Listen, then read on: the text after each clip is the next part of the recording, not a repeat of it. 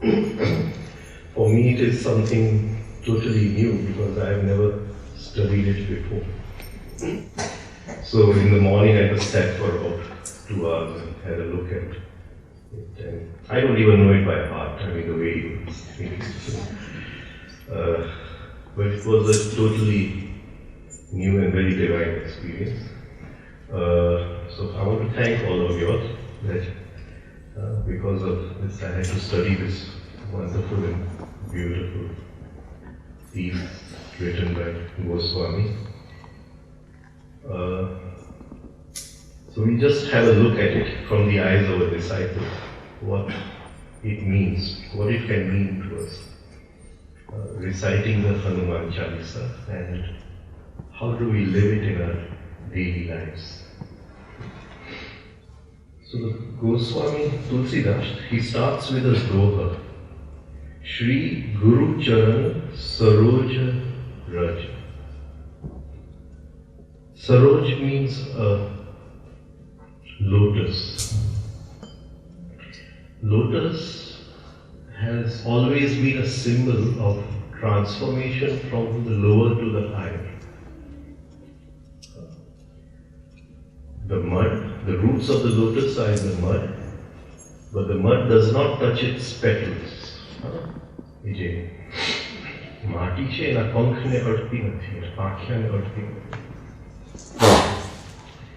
So the petals which give fragrance, smell is something which is of this world but penetrates into the other world. If you have a greenhouse of flowers, of rose flowers, then the rose flowers cannot come out of the greenhouse, but if there's a crack in the greenhouse, then the smell of the roses can be experienced outside the greenhouse. So, from this dimension of time and space, something can go to the other, something can connect with the other, and he's saying this is something which connects me to my Guru. Smell is something which connects me to my Guru. So we say the Guru has transformed all his lower energies, all his base energies. We use the word Ganpati. Gad means the lower energies. The one who has mastered the lower energies is Ganpati. Right? So the one who has transformed the mud, the seed fell into the mud, grew in the mud, and has risen above the mud of life. That is the Guru. So he calls the feet of the Guru as the saroj, from the lotus, and those feet, he says they're raj. Raj can have two meanings, dust or pollen, something which comes pollen. Right? So the Guru is so high that my state where I am, my level of being, the disciple is saying, is below his feet. But because even his feet are so divine, because he has transformed the energies and reached such a state, his feet are so divine that the dust of his feet, now this is symbolic. This is symbolic. It does not mean that if we go to a Guru and bow down, everything will happen automatically. It cannot happen automatically. Even Goswami must have practiced a lot. He must have gone through a long period of abhyas. A very, very long period. Khub abhyas karyo hase. But if I am doing the abhyas, then the ego remains. Right? The ego will not dissolve. The Guru, what happens is with the Guru's grace. So we make the effort, we have an aim, આપણે લક્ષ્ય છે, આપણે અભ્યાસ કરીએ છીએ, લક્ષ્ય તરફ અભ્યાસ કરીએ છીએ, but whatever happens is because of the grace of the Guru. And that is what he's trying to say. So don't think for a minute that just by bowing down to someone, something will happen automatically. It cannot happen that way. If it could happen free of charge, then our Guru would not have made us go through all this effort. So there has to be an effort on the part of the disciple, and he reaches a state where the grace of the Guru happens. This grace of the Guru he calls as Saroja Raja, from his feet. Shri Guru Charan Saroja Raja. Nij Mana Mukur Sudhari. Nij Mana Mukur Sudhari. Mukur means a mirror. Man, the mirror of the mind. The mirror of the mind. His grace, the grace of the Guru, any jare krupa mari upar padi, any jare grace padi, then my mind, the mirror of my mind was cleaned. The mirror of my mind was cleaned. The mind is a mirror. In that mirror, the divine, the Atma, the reflection of the Atma should fall in the mind. But the mind is covered with the dust of sanskars, the dust of experiences. And unless that is cleared, so he's saying, because of his dust, my dust was clear. He's using the principle of homeopathy. Right? Because of his dust, my dust was clear. In homeopathy they say, simulus curantur simulibus. The like cures like. Right? So he's saying his dust came and cleared my mirror. Nijmana mukur sudhari. Cleared my mirror. Just as the way fire burns grass, all my impurities were burnt away. Burning. This is very important. Without burning, જ્યાં સુધી અગ્નિ નથી, ત્યાં સુધી શુદ્ધિકરણ નથી. There must be a burning inside. And in that burning, the impurities must get burnt, which are covering the mirror. Those impurities must get burnt. And for that, in life, situations happen. Those situations bring fire. And in that fire, we let the ego burn. But we don't let the ego burn. So when fire comes, our ego becomes more powerful. Right? So then the ego doesn't burn, the impurities don't burn. Right? So in this, he says, just like fire burns away grass, the dust of his feet burnt away the dust covering this mirror. So the mirror is clean. And when the mirror is clean, it reflects the divine. It reflects. So he's saying, what does it reflect inside? Baranu Raghuvara Bimala Jasu. What does it reflect? It reflects that one of the Raghu pool, that Ram, it reflects Ram, the inner Atma. That Ram is sitting within all of us. Is sitting within all of us. But we can't see him, we can't see his reflection because the mind is covered. The mind is covered in impurity. So he's saying now that the mind has been cleaned, it reflects. But the mind is not a one-faced mirror, it is a two-faced mirror. It does not just reflect the divine, it reflects the world outside also. What does this mean for us? What is he talking about over here? It's too keva language. What is he saying? He's saying it is a two-faced mirror. It just does not only reflect the divine, it also reflects the world outside. What does it mean? He is giving the key to this sadhana which he calls Hanuman Chalisa. He is giving the key over here. What key is he giving us? What key is he giving us? Attention. So chavi api rahe cha. Ek meeting અંદર he has given us a key to all sadhana. He has given us a key to all sadhana. What is that key? What is that key?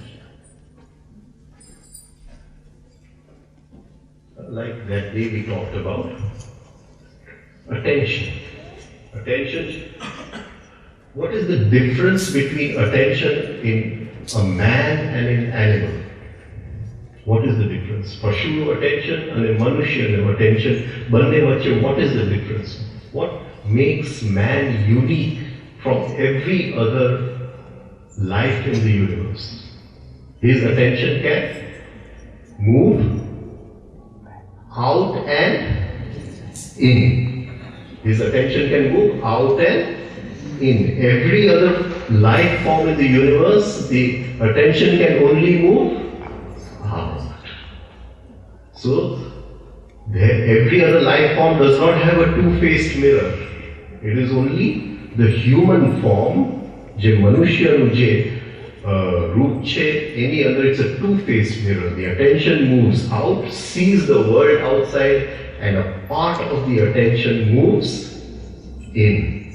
And it can see where this attention has come from, which is the source of the attention. Prakash kyaanthi aayo, jenathi aankh kaam kare છે? Where is this light coming from, which allows the five senses to work? It flows through the mind, but where is it coming from? It comes from that inner Atma, the inner divine sitting inside, the Ram sitting inside. So he's saying this mind is a two-faced mirror. One side it sees the world, and one side it sees the inner Atma. And this is the basis of all sadhana. At one side, I relate to life, I relate to everything in normal life. And one side I see inside, but immediately we are not going to see Ram. We are not going to see Ram, we'll see something else. What will we see? What will we see? So if we start this way, I see you, and when I look inside, at the same time, I'm trying to hold the attention in two directions. What will I see? What will I see? I will see you, and if I'm holding the attention inside, I will see my reaction to you. I will see my reaction to you.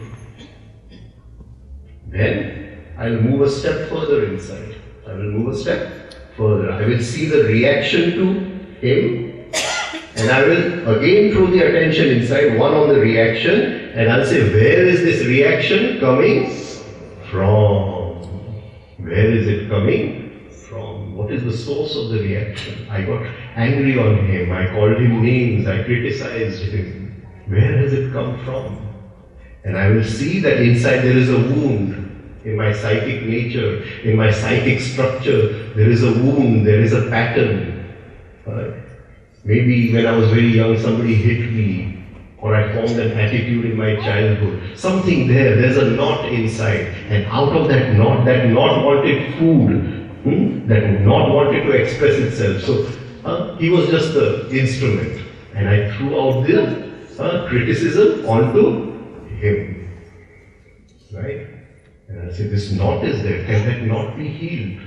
And just by looking, by the light of attention, the knot is automatically healed. And it goes away. And on that mirror of the mind, one sanskar, from which I was criticizing everybody, that one sanskar suddenly dissolves. Some of the dust has gone away. And slowly, as I keep on observing my reactions to life, all the reactions go away. The mirror starts getting clean. This is a long process. It's very nice to sing Hanuman Chalisa, but very difficult to live it. Very difficult to live it. To live it every moment of our lives. Right? So, slowly the mirror gets clean as our attention moves inside and we keep on observing how we are relating to the world through these sanskars, and those sanskars go away. So he says, then you will see where the attention is coming from. One side you will see light, one side the inner Ram.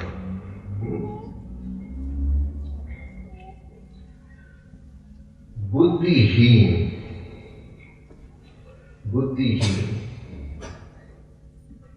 Now please don't take this as self-pity. We talked about self-pity here. Don't take this that he's saying, I don't have any buddhi, and he's talking about a state.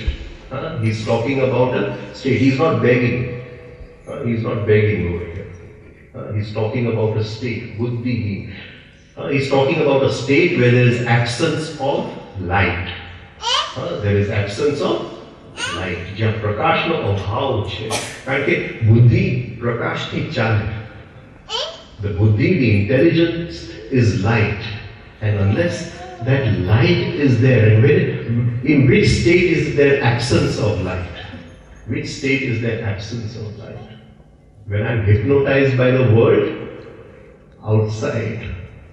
I'm hypnotized by the world. Outside, a new movie comes, I'm hypnotized. Somebody says, you buy this share, you will double your money, I'm hypnotized. Right? If you get married to this girl, you'll be very happy, I'm hypnotized. Right? So, we are hypnotized by each and every event of life. And when we are hypnotized, there is absence of light. There is no intelligence inside. So we say, Buddhihin, before this Guru's grace came upon me, what state was I in? Absence of light. I was in this state of Buddhihin. Patanjali calls this state as avidya. Patanjali says, every moment of our lives, events come in front of us, those events seduce our attention, take away our attention, we are hypnotized by the event goes away, the hypnosis continues. And this he calls as avidya, the absence of light.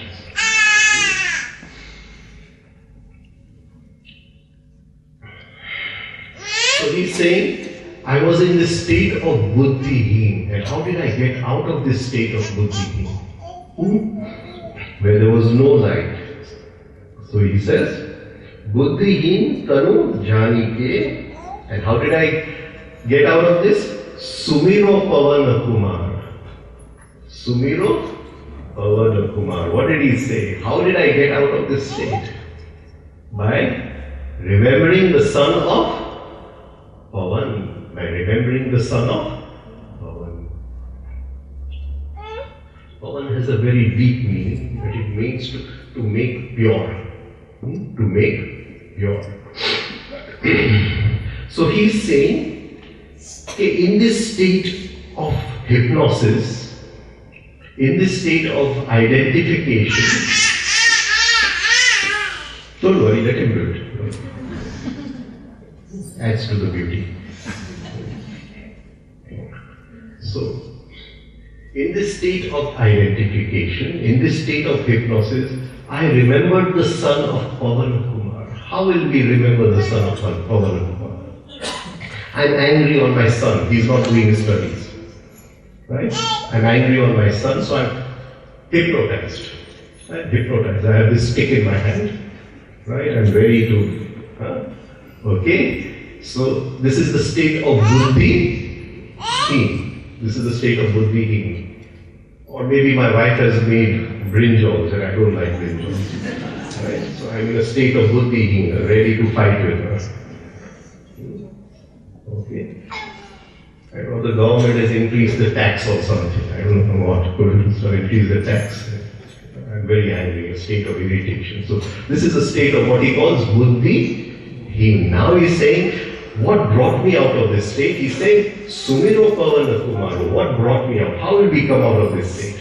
How will we come out? He's saying, I remembered something. Sumiro, I remembered something. So how are we coming out of this state? How are we going to come out of this state? And this is moment to moment in our lives. Moment to moment in our lives. Right? You want to go out somewhere, you're waiting outside your home, but your wife is still putting a little powder here. So there's irritation inside, the state of buddhi. So, yeah, I always remember in the old days, we always reach for a movie later. So, it happens. It happens. So, this is the state of buddhi, absence of light, buddhi, absence of buddhi. And he's saying, what brought me out of this state? I remembered something. What did I remember? The son of the wind. I remembered the son of the wind. So how did he, what do we have to do? What do we have to do? What do we have to do? What do we have to do? Supposing we learn the rhythmic breathing. Suppose we learn the rhythmic breathing. The breath is in rhythm. Right? So again, the stick is in my hand, I'm angry on my son. And I suddenly say, no, I want my breathing to be in rhythm. The breathing is the son of Pavan Kumar. right? The breath. Okay? So I suddenly remember, oh, let me get my breathing into rhythm. Then can I hit my son? Not possible. The anger will go away. Right? Or I'm in a state of great irritation. Again I'm in a buddhiheen state. Sumiro Pavana Kumar. I again remember the rhythmic breathing. I go back to breathing. Breathing in rhythm. And suddenly the irritation will go away. And what happens in this state? He's just talked about it. What happens in this state? State Masuta. If I remember the breathing, my attention is one point inside, one point outside. Automatically the attention becomes double arrowed, which will lead me to the state where my mind will be absolutely free like a mirror, and it will reflect two sides, the world and Ram inside. Right? So he's saying in this state of deep hypnosis, when I was there, when I was in that state, what helped me? Just remembering the son of Pavan, it helped me. If we can practice this breathing in our lives, cooking, we breathe in rhythm, doing our work, we breathe in rhythm, writing our notes, we breathe in rhythm, on the computer, we breathe in rhythm, watching the TV, we breathe in rhythm. Slowly, one arrow of attention will automatically get stabilized inside. And you don't have to do, it doesn't ask for a lot. It doesn't ask for a lot. If you have 100% attention, you keep 90% of the world outside. This is only asking for 10%. Take a little bit, and that will help you to breathe in rhythm. Help us to breathe in rhythm. And when I'm breathing in rhythm, I cannot remain in that state of buddhi-heen. So he says, in that deep state of hypnosis, what helped me? I remembered the son of Pavana Kumar, and suddenly the hypnosis broke. The hypnosis broke. I was free of that state. I woke up from the dream. I realized it was this anger which was holding me in the dream. It was this irritation which was holding me in the dream. I wanted to take revenge on him that was holding me in the dream. And I woke up from the dream. Bal buddhi vidya dehu mohi haru klesha vikar. This is the first doha. Bal, buddhi and vidya. What is it? The minute I woke up from the dream, I remembered the Pavan Kumar. Now this is something else also. Whenever we are living life, moment to moment, event to event, situation to situation, we are never present. We are never present. Even here we are sitting together. But to be present over here, you have to really hold your attention. Again, you will try to be present, again you will go away into a dream. Again you will come back, again you will go away into a dream. It is so difficult to be present. So now, another meaning of Pavan we will take as presence. When I remembered my own presence, not the son of Pavan Kumar. When I remembered my own presence. Presence is feeling, Pavan. Feeling. So he's saying, I remembered myself. I remembered myself because I am that. Tattvamasi. I am that. I remembered myself and I woke up from the dream. Can we be present? Present moment is one thing, but to be present, just to feel your own presence. Not to feel your presence as someone with a name, not to feel your presence as a father, a mother, or some relative presence, but a presence which is free of all identities. Just to be present. And that is what he's saying, Sumiro Pavana Kumara. I felt my presence. So when I am present, the daydreaming stops. And when the daydreaming stops, he says, when that presence came, when I remember that Pavan Kumar, three things came to me. Three things happened to me. Bal, buddhi, vidya. Three things. What is the meaning of the word bal? What bal is he talking about? Bal means strength. Bal means strength. What bal is he talking about? What bal is he talking about? Strength. Will. What is will?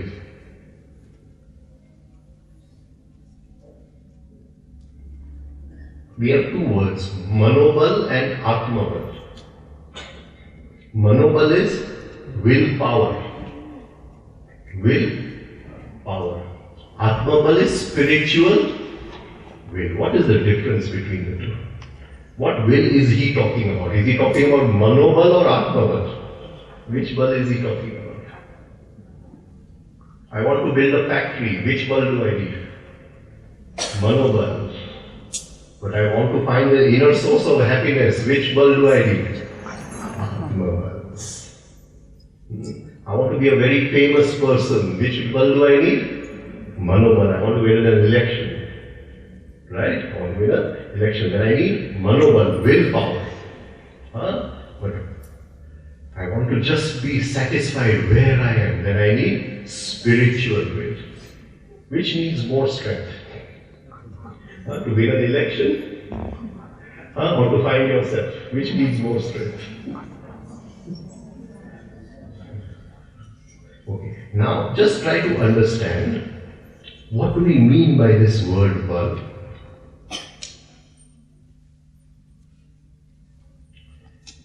In manobal, in willpower, we want to change the situation. We want to change the situation. After paristhiti badlawa jaye chhe. If I don't like him, I better change him. He has to become what I want him to be. That is willpower. And I have the willpower to do it.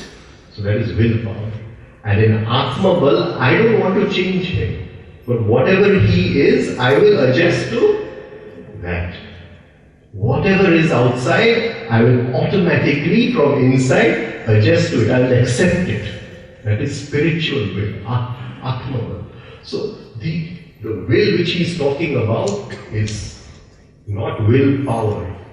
He is not talking about willpower. We don't want to change anyone or anything. But can we bring about a psychic transformation within ourselves? अपनी अंदर एक क्रांति ले आ सकती है आपने.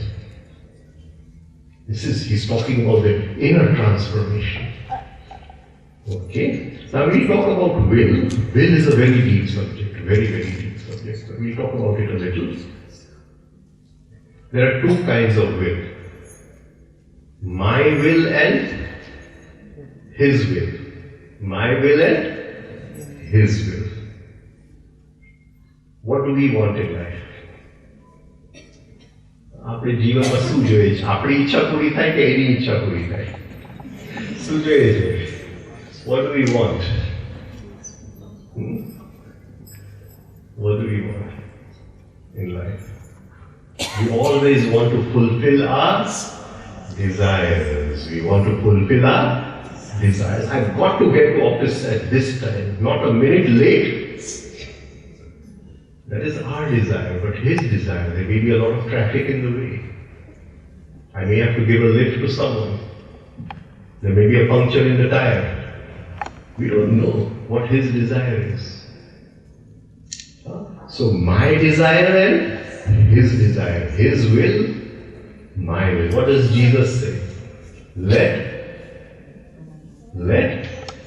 thy will be done. He does not say, let my will be done. He says, when he's on the cross, he's on the cross. Today is, of course, Good Friday. Right? He's on the cross. He's in so much of suffering. Right? And for one moment, suddenly that suffering takes over him and he says, oh my Father, have you forsaken me? Oh my Father, have you forsaken me? He's talking about father, something else. Not mother and father. Some other father he's talking about. Oh my Father, have you forsaken me? And then the next moment he says, let thy will be done. Why did I bring my will in between? Why did I bring my desire in between? If it is your will, then I should die on the cross. I die on the cross. Jesus, he wanted to give something. His disciples had not got anything. He wanted to give something to them. Whatever transformation happened in the disciples happened after he died on the cross. So he wanted to give something. So he goes to this garden and he prays to the Lord.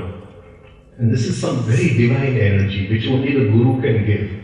Which only the Guru can give. And he tells his disciples that don't go to sleep. Don't go to sleep. You wait here. I'm going up and I'll ask my Father. And he says, oh, this cup that you have given to me, let me pass it on. I want to pass this cup on. So my disciples can take this cup to everyone and they can also drink from that cup. He wants to give it to someone. And he says, oh my Father, I want to pass this cup on. And he tells them, you don't go to sleep. He's not talking about physical sleep. He's talking about be in the present moment. Sumiro Pavana Kumar. Sumiro Pavana Kumar. Just be there, be present. He's not talking about physical sleep. So he goes up to the mountain and he prays. And he comes back to give it to his disciples. But they are daydreaming. They've all gone to sleep. They've all gone to sleep. And he wakes them up. He wakes them up. And he says, one more time, let me try.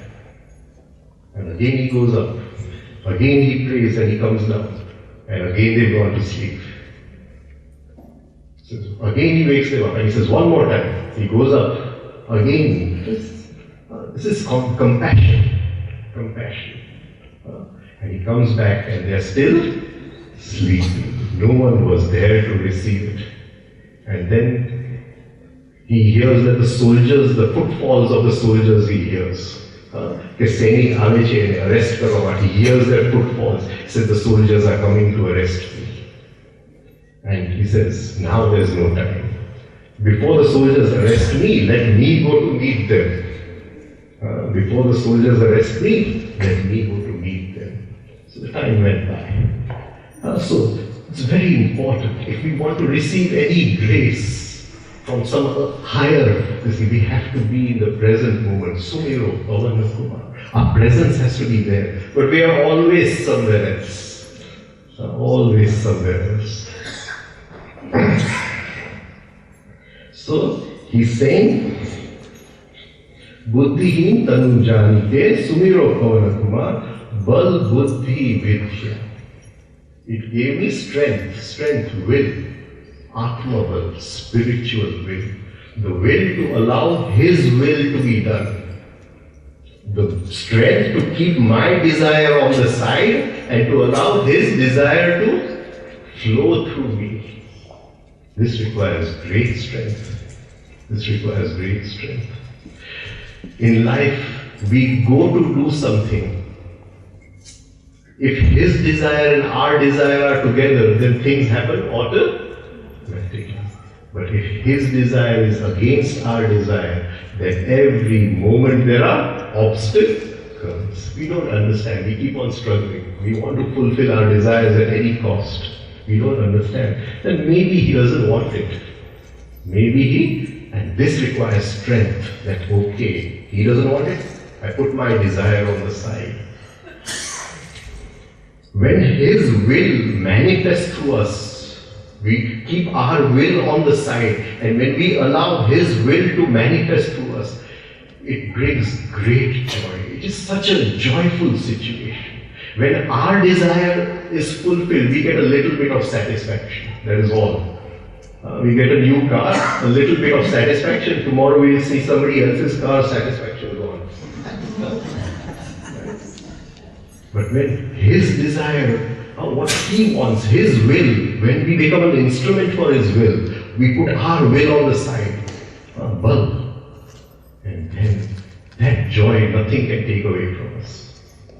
Right? So he's saying, Bal Buddhi, the power of discernment, Vivek Shakti, Nirnay Shakti, the power of discernment, to discern between right and wrong. To discern between what is the path of dharma and what is the path of adharma. Right? Yudhishthir had to say a lie. He had to say a lie. He had to say a lie. It could be wrong. But for the path of dharma, he had to say a die, because for dharma, Dronacharya must die. For dharma, Dronacharya must die. Dronacharya is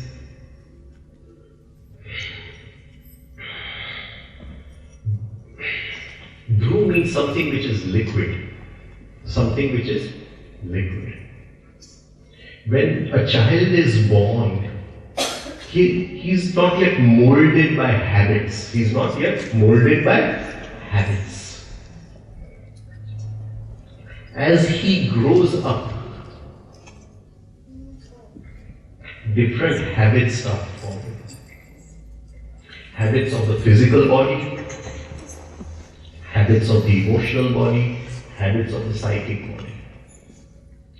So many habits, we are a mass of habits. And unless those habits break, we cannot go to truth. Because those habits will never allow us to go to truth. They cover the truth. They are like a veil, a parda which covers truth. The inner soul is surrounded by so much of dirt. The first is, all of us have a very deep single weakness. It is our chief weakness. Then the second layer is of attitude. The third layer is of habits. A mass of habits inside. We have so many habits. The way we sit, the way we breathe, the way we think, the way we fall in love with people, everything is a habit.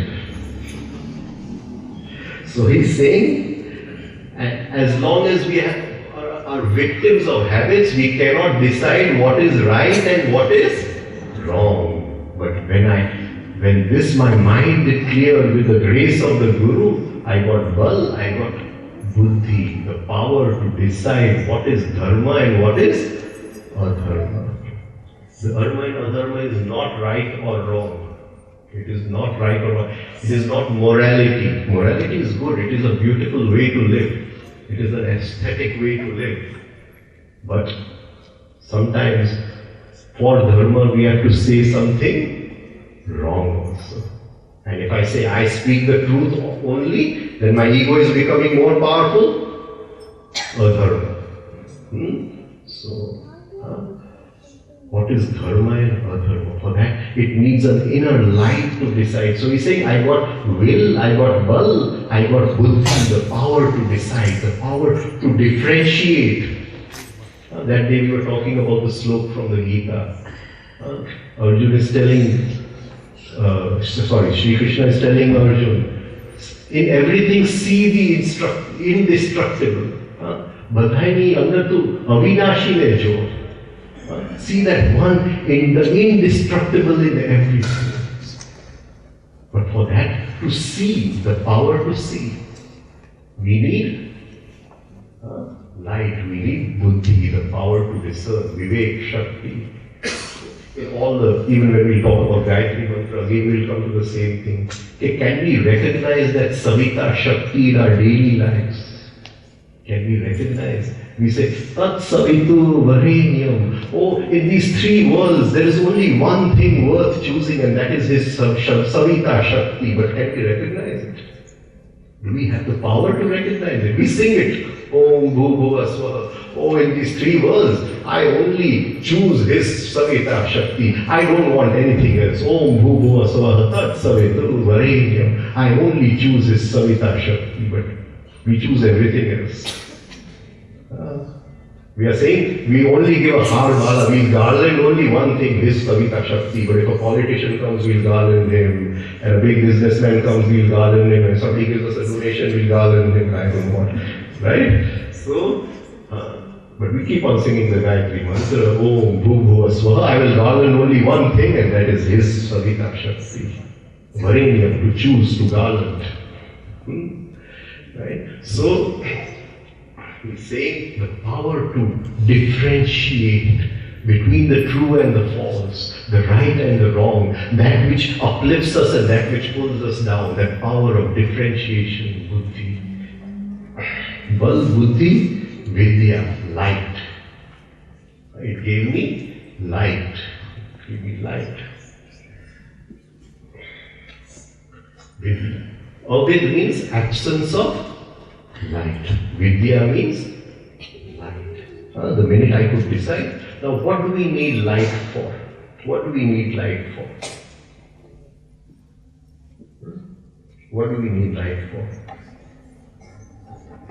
What do we need light for? Knowledge. For knowledge. To know. For knowledge. Right? So, there must be knowledge. He's saying, I mean, able to decide that this is the path of dharma and this is the path of adharma. But why the path of dharma? Why the path of dharma? What happens in the path of dharma? How do I know that I'm walking on the path of dharma? What are the qualities? What are the characteristics? What happens in my body-brain system? What happens in my mind? So, Vidya brings knowledge. It is light, and light brings knowledge. What we call that as Chit. Sat and Chit. Sat is I am, and Chit is I know I am. And Chit is light. So he says, when his grace, the Guru's grace fell upon me, the first, and that fell upon me, I remember the Guru, and three qualities were given to me: Bal, Buddhi, Vidya. And what did I do with those three qualities? What did I do with these three qualities? And he says, Harhu Klesha Vikar. What are the kleshas? I killed the kleshas and I killed their patterns, the vikars, their offshoots. I killed their offshoots, their patterns, their forms, the different forms which the kleshas took. See, when science first discovered subatomic particles, they could not see the subatomic particles through any microscope. कोई पण microscope माथी ये subatomic particles ये लोगों ने देखा था. So how to study these subatomic particles? So they had a big chamber called Wilson's cloud chamber. It was called as Wilson's cloud chamber. And the particle would be given a speed, and it would be put in an accelerator. It would be accelerated at a very fast speed. And then the particle will be thrown into the gas chamber. And in the gas, the particle would make different patterns. Patterns at a sanskar. Patterns at a sanskar. It would make different patterns. Each different particle would act in a certain way, make different patterns. And from studying those patterns, they would be able to study the particle which they cannot see under the microscope. With the ego, it is something like this. We cannot see the ego because there is no ego. We can't see the ego. We have to see its vikars. We have to see its patterns. Right? I say, just now I have no ego. But if he says your lecture was useless, and then the irritation comes, suddenly the ego came from somewhere. Just now it's not there. Where did it come from? Where did it come from? So he accelerated it, threw it into the cloud chamber, irritation came out. Irritation came out. So it was lying there. The ego is made of kleshas.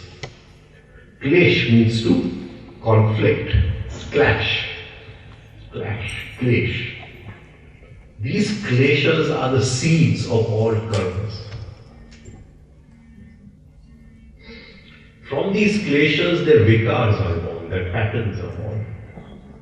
What are the kleshas? First, let us see the kleshas, then let's see the vikars. What are the kleshas? Which he has killed with these three things: Bal, Buddhi, and Vidya. He has killed all the kleshas. Who has killed? The Goswami. The Goswami. He has killed them. Avidya is the first klesh. The first klesh is avidya. That is the basic condition for karma to be formed. For the seed to be sown, there must be a field. There must be a field. There must be a farm where I want to sow a seed, a lemon tree or an orange tree or a seed of wheat. I want to sow a seed. There must be a farm. The avidya is the basic condition. Basic condition is I must be hypnotized by light. Absence of light, avidya. So, supposing if I don't get this girl, I'm going to commit suicide. Right? If I don't get this girl, I'm going to commit suicide. Right? So, I'm hypnotized by this girl. Hypnotized by this girl. Then I say, in that hypnosis, I say that I am attracted to her. Attraction is raga. Raga. Right? But the basic condition is, the form is, the ketan is hypnosis, avidya. Without avidya, if I am aware that okay, she is attracting me, but I can hold this attraction, I can be free of this attraction, then there is no avidya. Then there is two arrows like this, right? One arrow inside, one arrow outside. But now there is no arrow inside. I am just attracted, hypnotized by this girl. Gone. Right? Gone. And from that is born the seed, the clash of raga, attraction. Dvesha. And I say, I am attracted. If somebody else is attracted, I get jealous. Somebody else is attracted, I get jealous. I am attracted. This I is called asmita. So avidya, asmita, rag, dvesh, abhinivesh. Abhinivesh is the, I want it to continue. Everything we want in life, all happiness to continue. This is a deep desire in all of us. If I'm sitting with her, I'll say, how long will you love me? And she'll say, oh, as long as the stars are in the sky, I will love you. So I get a feeling of continuity. Feeling of continuity. Love forever. Of course, I don't know what is going to happen tomorrow, but feeling of continuity. We want everything to continue. We want the body to continue, our desires to continue, our attachments to continue, and nothing can continue. And this fear of discontinuity is called abhinivesh. That something will stop. Tomorrow, I think we are talking about death. We are talking about death tomorrow. Sorry, day after tomorrow. Abhinivesh. Abhinivesh is the most powerful of all the kleshas. Most powerful of all the kleshas. It drives a man to do anything for continuity. In only one condition does rag become more powerful than abhinivesh. Which condition is that? I just told it to you. Rag becomes more powerful than abhinivesh. Take abhinivesh as fear of death. Then how will you say? In which situation does rag become or dvesh become more powerful than abhinivesh? In which situation? Just think. I just told you that this girl, if I don't get this girl, I will commit suicide. So then I don't get this girl. She goes and marries somebody else. Then what happens? I commit suicide. So there was the attraction to the, but that attraction was so powerful, it overpowered the fear of death. It overpowered the fear of death. You get what I'm trying to say? It is at this time when rag and dvesh become more powerful than abhinivesh. Or I may have a loss in business. I may have a loss in business. I can't face anyone. I can't. So there is dvesh inside. I can't face anyone. And at one point I commit suicide. It overpowers that. So these are the 5 basic conditions which he calls as kleshas. And these kleshas, they lie in the Mooladhara chakra. They lie in our basic base chakra. They are the common weaknesses of the whole of humanity. The animals have them, every living thing has them. These are the common weaknesses of all humanity. All karma is born out of them. The ego is made out of them. Asmita. Right? The asmita is attracted, the asmita is repelled, the asmita does not want to die. The ego is made out of them. Now, what he's saying? Klesh and then vikar. Which are the vikars of the klesh? And how are they born? How are the vikars born? Which are they?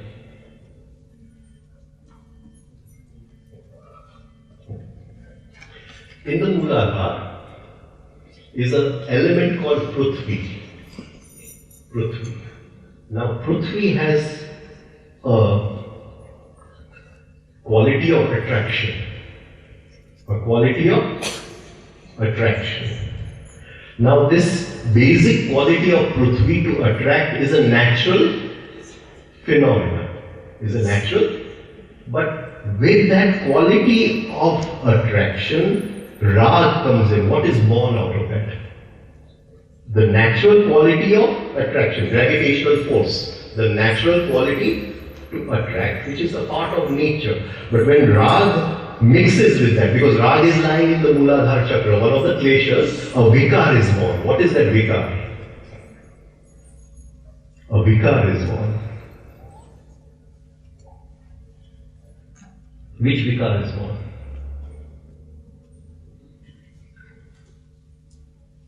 Greed, lobe, greed. So lobe is also in the Mooladhara. Lobe is also in the Mooladhara. So these are the 5 basic seeds, and these are in their patterns. The pattern is lobe. So you have the ego and you have the servants of the ego. You see, in Christianity you will have the devil and you will have the helpers of the devil. The devil is the ego and his helpers. So the first helper is born in the Mooladhara chakra out of the mixing of the natural quality of the Mooladhara chakra with the power of attraction, that is being attracted, raga, attached. When they mix together, lobe is born, and lobe is a servant of the guru, greed. Greed is born. In the next chakra which goes up is Swadhisthana. There is the element water. Now what is the natural tendency of a drop of water when it falls, say, on your table? What is the natural tendency of a drop of water? It contracts. The minute it falls, for a moment it contracts. For a moment it contracts. Right? And this mixes with dvesh. This mixes with dvesh, right? And what is born over there?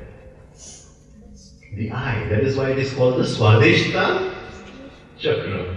That I don't want to mix with him. I want this. That is right. So out of that desire is born. So in the Mooladhara we have lobe. In the Swadhisthana we have kama. Kama. Right? Now these are the vikars. First we saw were the kleshas, the next were the vikars. Then we go up into the Manipur chakra. And there is the fire element. And what is the vikar of fire element? Very easy. Very, very easy. Krodh. Krodh, anger. Right? We go up. We have the air element in the Anahat chakra. So what is the vikar of the air element? Moha. To hypnotize. Moha. All advertising is based on hypnosis. All advertising is based on hypnosis. Moha. And then we go up here to Vishuddhi. And we have another vikar. Here we have the ether element, the Akash Tattva. And we have another vikar over here. Which vikar? Matsa, jealousy. Now, Mats is a very, very valuable feeling. Why is it a very valuable feeling? Jealousy. Not revenge, which is born out of jealousy. Just the feeling of jealousy is very valuable. Why is it valuable? I hope all of us feel jealous at some time or the other. Because we want to use this feeling, we want to transform this feeling. Right? And if you don't feel jealous, we can't transform it.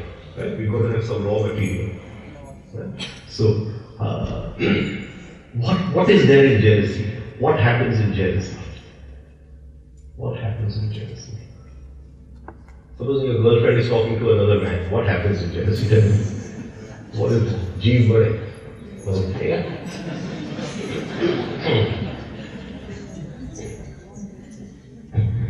Something else also.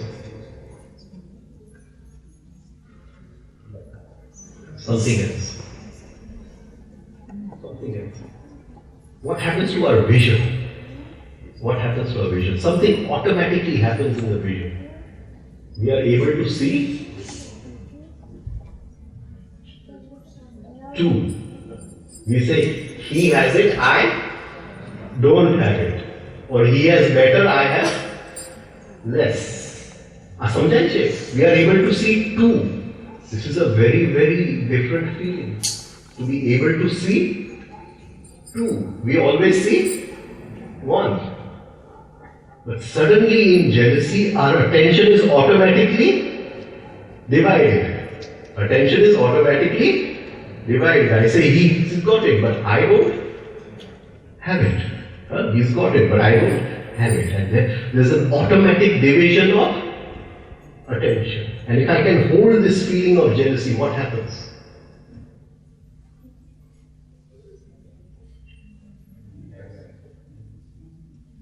Say, business is good. Say, business is good. So business is good. So I say, tomorrow is going to be more good.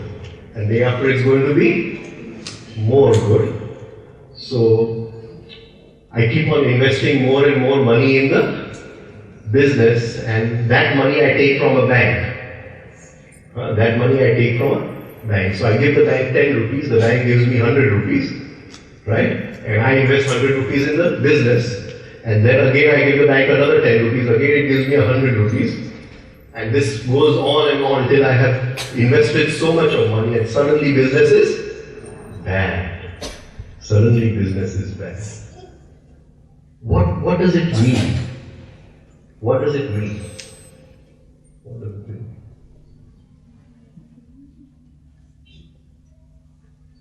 That when it was good, was it always going to be good? Or something was wrong in my vision? What was wrong? The stock market is going up, it's going up, it's going up, it's going up. So will it go up forever?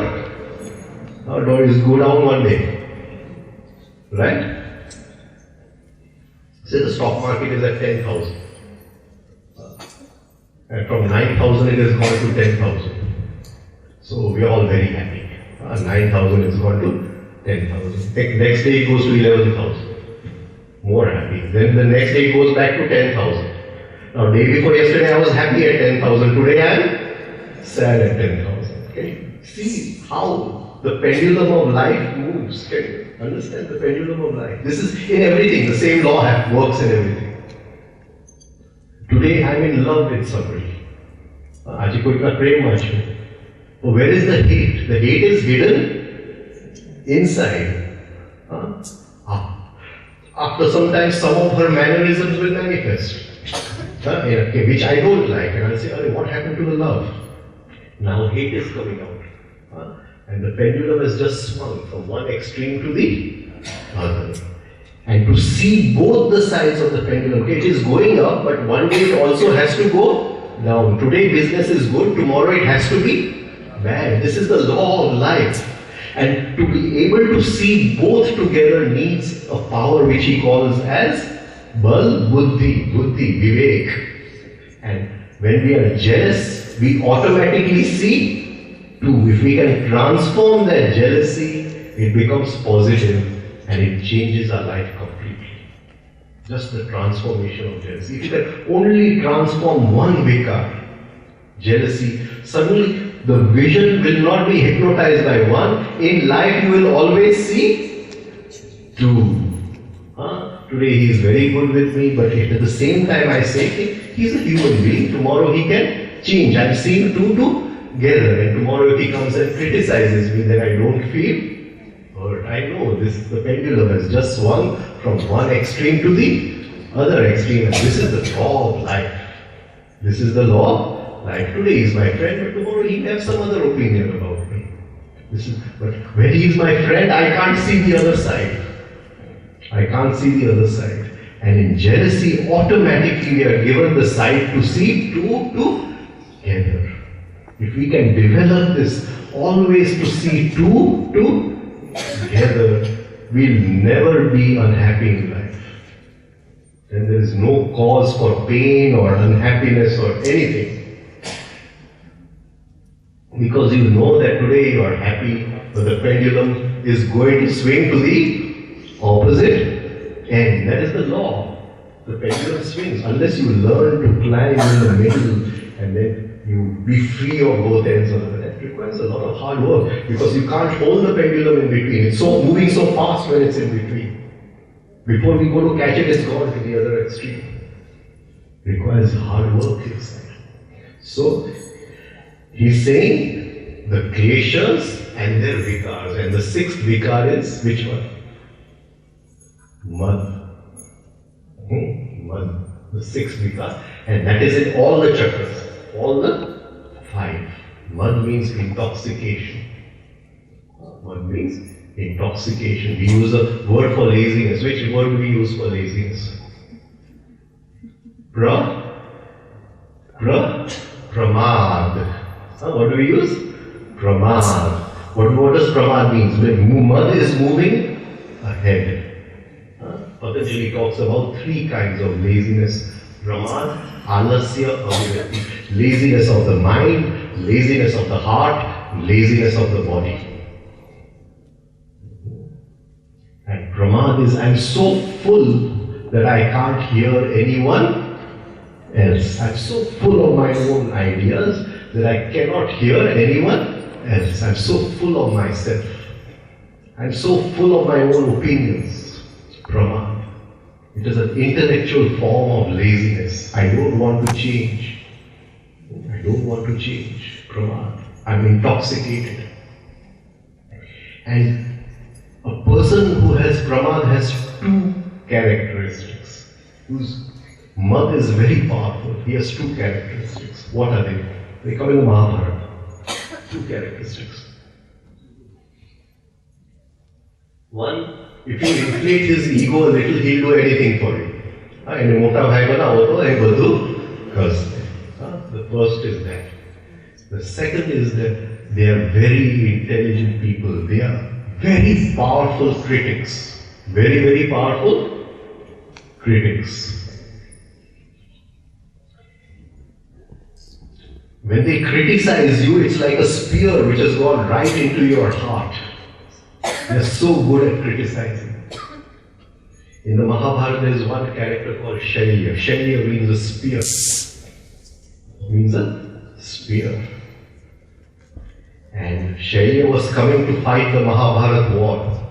And he was the uncle of Nakul and Sahadev. He was their mother's brother. So definitely he had to fight the war on the side of the Pandavas.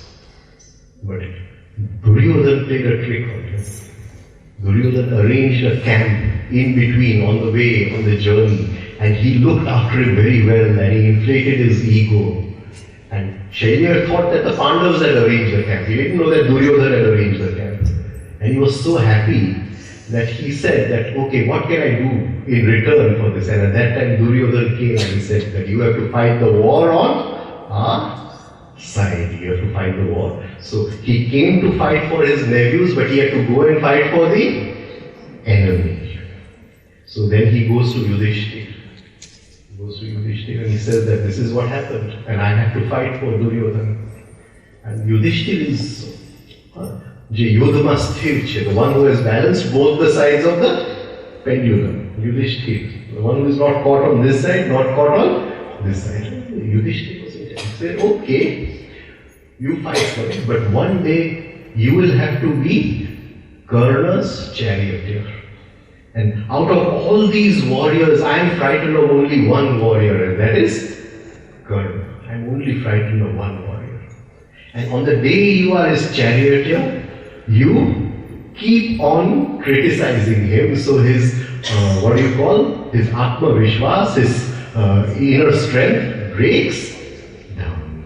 So he knew that, okay, he had the power in birth that somebody made him a big brother and took away everything. Doesn't matter. Now use the other power of criticizing, to criticize Karna. And that is what he did. On the day he became Karna's charioteer, he criticized Karna. He broke his strength. So, Mad is in all the 5 chakras. Moha, the character in the Mahabharata is Shakuni. Krodha, the character is Dushasana. Kama, in the Swadhisthana, Duryodhana. Right? And in the Mooladhara, Bhagavad. These are the different, what you call, friends of the ego. They are the friends of the devil. So he says that this grace from my Guru which came upon me, I was able to kill all the kleshas and all the vikars, their patterns. We still have 10 more minutes. Then he says, Jai Hanuman, Jnana Guna Sagar. What is the difference between Jai and Vijay? What is the difference? Why does he use the word Jai? Why does he use the word Jai, not Vijay? Why doesn't he say Vijay Hanuman? Why does he say Jai Hanuman? What does it mean? Jai is greedy and Vijay is a victor. Both mean victory. Both mean victory. If I don't like you and I have victory over you, it is a Vijay. But I have victory over my dislike of you is Jai. Victory over my dislike, I don't dislike you. Friends, but supposing I have a dislike of you, then victory over that dislike is Jai. The inner victory is Jai. But if I change you, then it is Vijay. So he says Jai Hanuman. He's not talking about anything outside. He's talking about something inside. He's saying Jai Hanuman. Right? Han. What does the word Han mean? The word Han. Hanumata. Han. What does the word Han mean? To kill. The word means to kill. Han. Hanu. To kill. Hanu. Jai Hanuman. The one who has killed all negativity. He just said, by the Guru's grace, I was able to kill all the kleshas and their patterns, all this ego and all its servants I was able to kill. So he's saying, Jai Hanuman Jnana Guna Sagar. All these words are so deep. I was wondering, how am I going to go into all this? Sagar. Sagar. Gar means to swallow. Gar means to swallow. Sagar means to swallow poison. To swallow poison. So he's saying, Jai, the one who kills, who has killed the negativity, he has been able to digest all poison. He has been able to digest all poison. We cannot digest poison. We have to vomit it out. We have to vomit it out in the form of anger, in the form of irritation, in the form of jealousy, in the form of greed. We keep on vomiting it out. But he is saying, Jai Hanuman, Jnana Guna Sagar, who has understood and he has digested all negativity. He has killed all negativity and digested all the poison he has done. Like the sea digests everything. Sagar, the one which digests. It has a very deep meaning also. Very, very deep meaning. I'll just touch upon it. He's talking about a process over here. Supposing I'm eating food. एक कोड़ी में रोटी ली थोड़ी शाक, the roti, the vegetable, and I put it in my mouth. What is the rule? For the digestion, what is the rule? Okay, but no, in this sense, what we are talking about, to kill. To kill. To kill. We want to kill something. Han means to kill. So we are saying Jai Hanuman. When we are putting the roti in our mouth, what does it mean? What does it mean?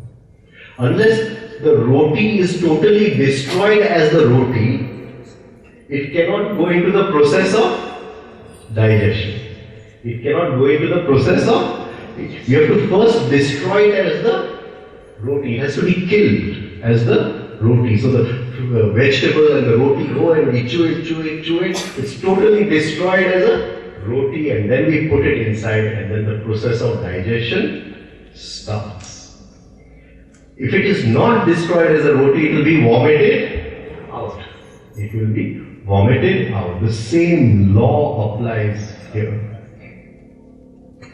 When we are saying matter is in different states, there is matter as cellular matter in plants, matter as physical matter, plastic, matter as molecular, as water, matter as gaseous, matter as electronic, electricity, electronic matter. Now, when I'm looking at you, we have said this before, again I'm repeating it. When I'm looking at you, you are broken down into electronic matter. You are broken down into electronic matter. That electronic matter comes in and forms an image in the mind. It forms an image in the mind which corresponds to you, which looks like you, which I am seeing inside. That image yoga calls as vritti. Vritti. And Patanjali's second sutra, after he says Atha Yoga Anushasanam, the second sutra is Yoga Chitta Vritti Nirodha. Yoga is the total destruction of that vritti inside. What does he mean? Yoga means the meeting of the Jeev with the Atma, meeting of the soul with the divine. Yoga is the total destruction of that vritti which is in the mind. What does he mean over here? What does he mean? He's talking about the same thing. That image which has come in, which the mind, it has to go through a process of digestion. It has to go through, and the ultimate substance, when it is fully digested, the ultimate substance is Ram. The ultimate substance is Ram. But for that to be digested, it has to be destroyed inside. The vritti has to be totally destroyed. You have to kill it inside. And it is, Hanuman is that electronic matter, Vayu Tattva, which comes in through the five senses. It forms an image inside, and that image we destroy it. And then it goes into a process of digestion. The final product is God. But that is a little deeper, I don't want to go into that. But what I'm trying to say is talked about a very, very deep science when he's talking about these. Chopa is of Hanuman. Right? Jai Hanuman, Jnana Guna Sagar. Jai Kapis, Ihu Loka Ujana. Kapis. Kampu. Kapis means to tremble. To tremble. So he's saying the one who has victory, Jai Kapis, the one who has victory over trembling. Jai Kampa Upar Vijay, Jai Vero Vijay. The one who has victory over trembling. This mind of ours, this monkey of ours is trembling all the time. It's chattering. Even now you're listening to me, but inside it's chattering. I like this, I don't like this, when will it get over? I have this work at home, this is this. It is going on chattering inside. Nobody's really listening to anyone. Just listening to the inner monkey. It keeps on chattering.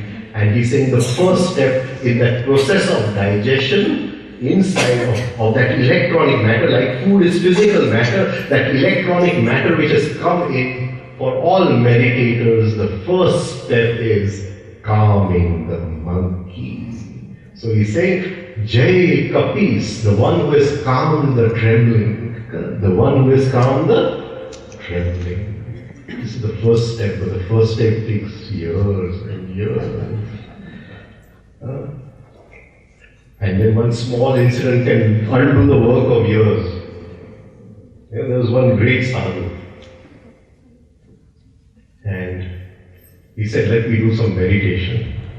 And he went to one river, beautiful river, and there was this tree over there. He sat under the tree and started meditating. And he said that God takes care of his people, so definitely he'll take care of my hunger and everything. And then he opened his eyes with meditation, and there was a big leaf, and on that there was a beautiful cream pudding. And he said, God has taken care of me. He sent the cream pudding, and he ate the cream pudding. Okay.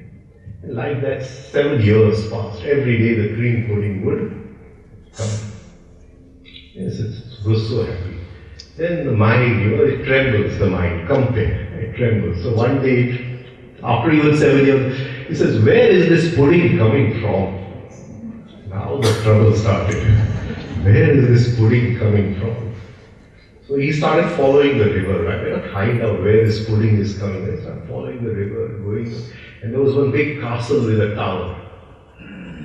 And there was one beautiful princess on top of the tower, and every day she would, apply all kinds of herbs and everything to her body. Lemon and this herb and that followed with cream, so make it very beautiful and all that. And then she would take all that stuff from her body, put it on a leaf and put it in the river.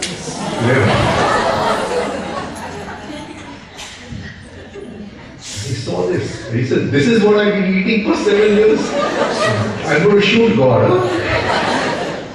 This is how he takes care of his. So 7 years of meditation went down the drain. This monkey has to be calmed. This monkey has to be calmed. And it is a very difficult job. So he says, Jai kapis vihu loka puja. When the monkey is calm, we are free of the 3 worlds. We are free of the 3 worlds. Bhu, bhuva, swa. Today we are attached in the 3 worlds. We are attached with the physical world. I'll say this is my cap, the physical world. And I am not going to give it to anyone else. And I'll say this is my bank balance and I am not going to give it to anyone else. And this is my home and nobody else better come and stay in my home. And this is my car and this is my this and that and everything. And there's so much in the physical world. And I'm attached to everything. And if anything happens to that, Maro Jeev boy, I burn inside. If somebody takes away the cap, I burn inside. And don't think it depends on how much you have. It doesn't make any difference. It doesn't make any difference on how much we have. I may just have a small cap, but I may burn more than you. It doesn't make any difference.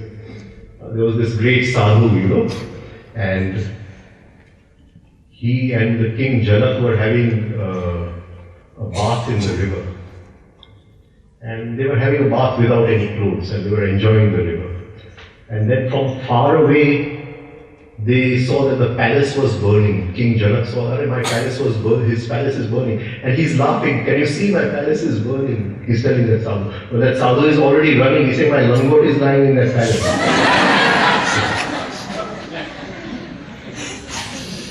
So it's not how much you have, but we are stuck in this bhulok.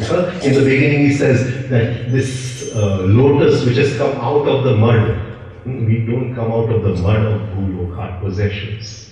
The mud of possessions. That is bhu. Then he said, bhuva, the 3 loks, bhuva, relationships. He is my friend. My friend has to invite me for dinner. He cannot invite him for dinner. How can he invite him for dinner? But if he invites him for dinner, I feel hurt. Maroji Bhayan. I feel hurt. And if my wife doesn't listen to me, I feel hurt. And if my children don't listen to me, I feel hurt. So, Bhumalok is the world of relationships. The world of relationships. And we are so attached in so many relationships. And Swahalok, the world of thoughts, the world of ideas.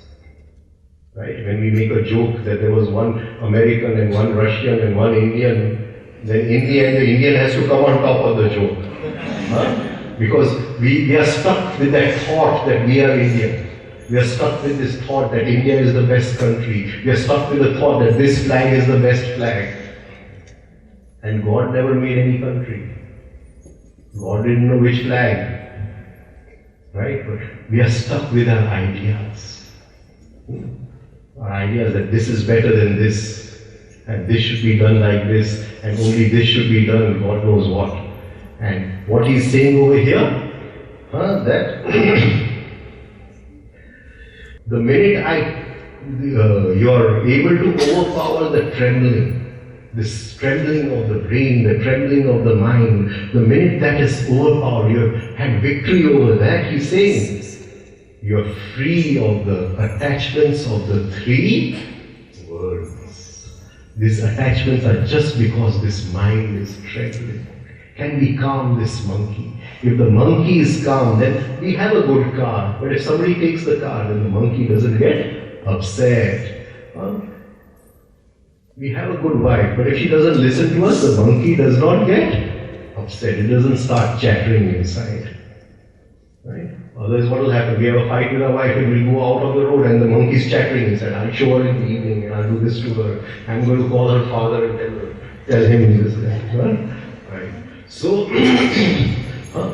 the monkey is chattering all the time. So he's saying to be free of the three worlds, calm the trembling of the monkey. Jai kapisa pehu loka ujagar. Ramaduta atulita bandha.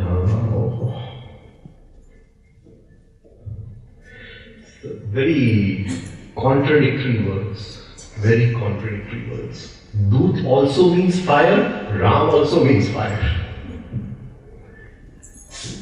And he's saying the message of Ram, Ramadut Atulit Baldhama, it gives me strength. The message of Ram.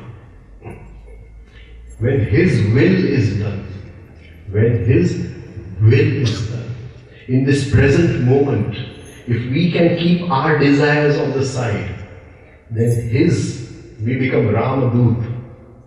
But for that, we must have the fire. Two fires, the fire of Dut, the fire of Dut which burns all the impurities. The fire of repentance. Another meaning of the word Pavan is repentance. The fire of repentance. We don't repent. We go and say sorry. We go and say sorry, so that gives us a ticket to go and do the same thing again. We don't repent, we don't burn inside. And unless we burn inside, nothing will change within us, nothing will transform within us. Then we can't become Ramadut. His message can't be, that is coming from a higher dimension. It is coming from a different time. It is coming. I'm going to take different forms of time one day and we'll see that what is vertical time, what is horizontal time. So it is coming from vertical time. It is coming from the ladder inside. So he's saying, Ramadut, to burn, repent, the power of repentance. The Jains call it Pratikraman, to change the order. We feel guilty. We can't hold on to. If I've said something to him, I have to go and say sorry. If I don't say sorry, I feel I'm not at peace with myself. Can you hold it for 24 hours and say sorry after 24 hours? When the desire to say sorry comes, can you hold it? Can you repent inside? If you go and say sorry, that's the end of the matter. The fire has calmed down. That's the end of the matter. Can you repent for some time? Prayashchit inside. Then you will never have to say sorry again. But if you go and say sorry, you are going to say sorry to someone else tomorrow and day after, and that will continue. Everything recurs. In our life, everything recurs. Nothing changes. Today is Good Friday. Good Friday. First, there must be crucifixion. Then there is the resurrection. Then something new can happen. But for that, the old has to die. The old has to die on the cross. Then the new can happen. The Easter is represented by an egg. If the egg transforms, it hatches into a chicken and becomes a new living being. But if the egg doesn't transform, we cut it up and make it into an omelette. Which one do you want to do? Do you want to eat your egg or do you want to transform your egg? What do we want to do? Do we want to eat the egg or transform the egg? You see, he has criticized me, he has hurt me. Now there is something in me which is asking for the omelette. It wants to give it to him. And if I give it to him, then I've got my omelette. That is the Easter egg. I've got my omelette. But if I sacrifice that giving to him, I sacrifice, then that egg inside will transform. It will transform from the lower anger into some higher energy of grace, of compassion, of happiness. And that is the crucifixion of the lower and the resurrection of the higher. Christ died on Friday, was reborn on Sunday. The crucifixion of the lower, resurrection of the higher. And this is moment to moment. For us, Easter comes every day. It is not that it comes once a year. Every day we have our eggs. And all we do is eat our eggs. We don't transform them. We keep on eating our eggs. Can we transform the egg? Can we transform the egg? Not cook it. Right? I want to take revenge on him. And there's something. What happens when we take revenge? What happens? What happens? What is the feeling inside when you've taken revenge? As if you've eaten a pudding. Mithai khadi ho yuda ne. हम कोई इतने सड़कों कर ले वो मिठाई, right? As if you've eaten a pudding, sweet dish inside, right? But can you sacrifice it?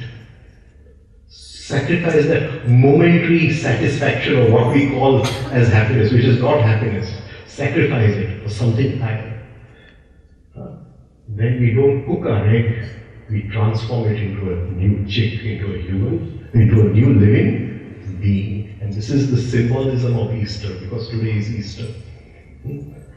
Right? So he's saying over here, Ramadut Atulit Baldhama. Bring the two fires together. One fire is I want to give it to him, and one fire is I burning inside, the fire of repentance. Bring them together, and in that all the impurities will burn and the egg will be transformed. He's saying something like that. So anyway, we'll stop over here. It's nearly 9:15. Any questions for 5 minutes?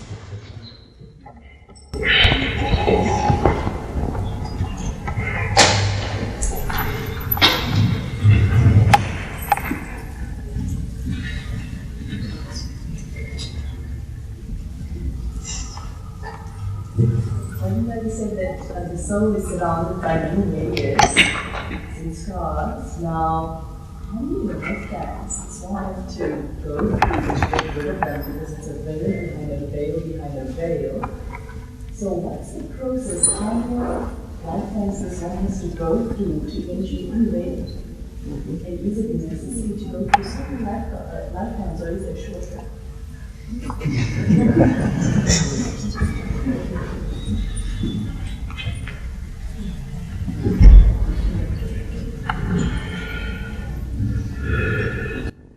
It's not necessary to go into so many lifetimes.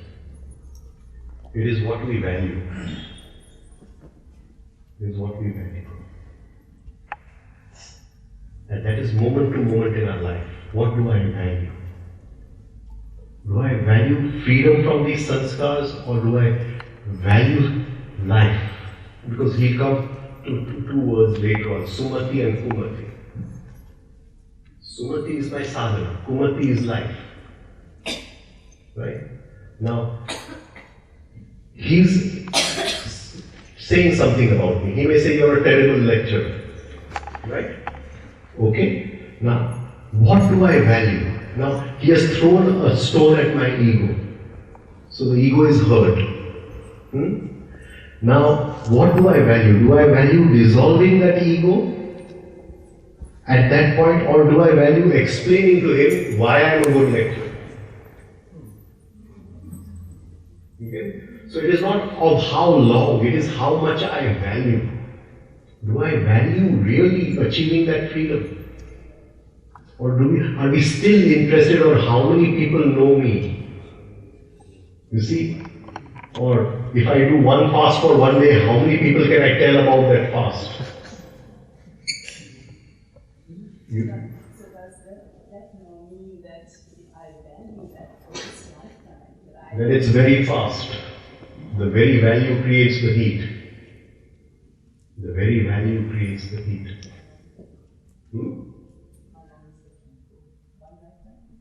It happens very fast. It can even happen in a few years. And if I don't value it, it may not happen in 200 lifetimes. It's what I value. But we value everything else. We value everything else.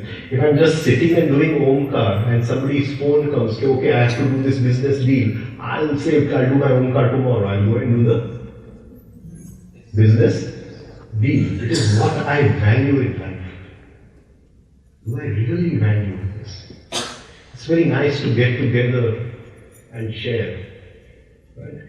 In this sharing, it helps me because what I have understood, it helps me to understand it better. So it's not that I am giving anything to anyone. You are helping me by coming over here. So it is not that in this talking to you, I am going through a process, an inner journey. So, but what do we value? What do we value? Now, today there are so many of you. Tomorrow there are half of you when I feel hurt. And then if a little complaint comes out, then gone. All those years of hard work have gone in one small complaint. Now, what do I value? The complaint may come up a little, and at that point, if I hold the complaint and be free of it, then I value something else. But then I say, no, I want more people, so let me advertise in the papers, let me do this, let me do that. Then maybe I value something else. So what do we value? Do we really value our sadhana? See, when this board is there, I'll explain how the sadhana in our life is a certain force and how life is a certain force. And these two forces, life is pulling us in all directions. Life is pulling us. Every moment life is pulling us. And it is not that we have to run away from life. We do the same things in life. We just change the way we are doing it through our sadhana.